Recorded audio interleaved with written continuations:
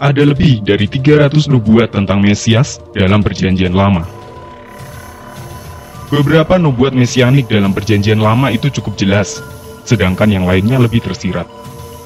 Kata Mesias berarti yang diurapi, atau yang terpilih. Yesaya adalah seorang nabi yang mendapat penglihatan tentang Tuhan yang tinggi dan dimuliakan.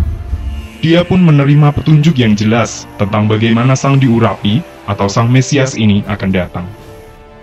Karena itu Tuhan sendiri akan memberimu satu tanda ini.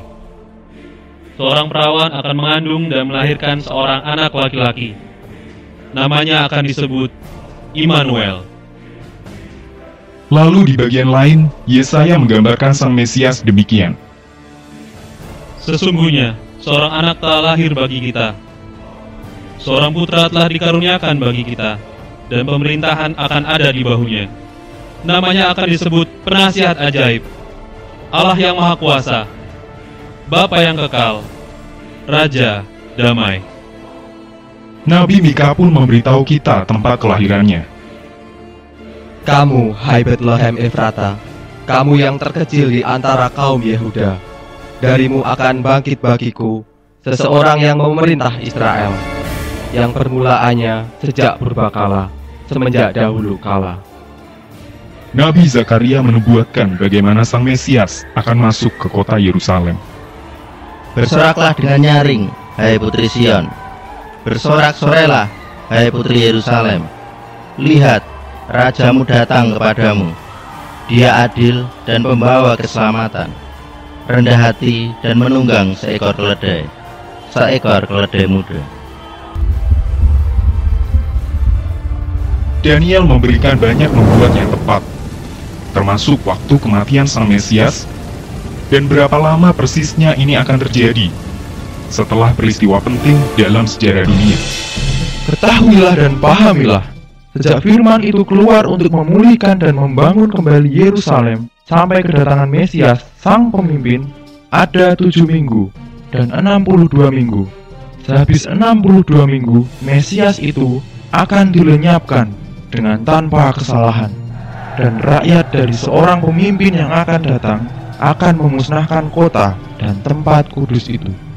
Nabi Yesaya tidak hanya memberitahu kita bagaimana Mesias akan datang, tetapi juga betapa kejamnya dia akan diperlakukan.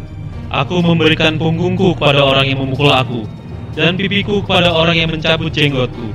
Aku tidak akan menyembunyikan wajahku dari penghinaan dan ludah. Dia sangat dihina dan ditolak oleh manusia, orang yang penuh dengan kesengsaraan dan menderita kesakitan. Namun kita mengira bahwa dia terkena tulah, dipukul, dan ditindas Allah. Orang lain dia selamatkan, tetapi dirinya sendiri tidak bisa. Biarlah Allah menyelamatkannya, jika Allah menghendakinya. Penyakit kitalah yang ditanggungnya, kesengsaraan kitalah yang dipikulnya. Dia ditikam karena pelanggaran kita, dia diremukkan karena kejahatan kita. Hukumannya mendatangkan kesejahteraan bagi kita ditimpakan ke atasnya, dan oleh bilur-bilurnya kita disembuhkan.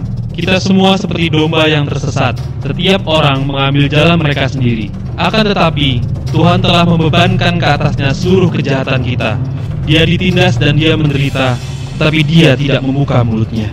Seperti anak domba yang dibawa ke pembantaian, dan seperti domba betina yang terdiam di depan para penggunting bulunya, demikianlah dia tidak membuka mulutnya.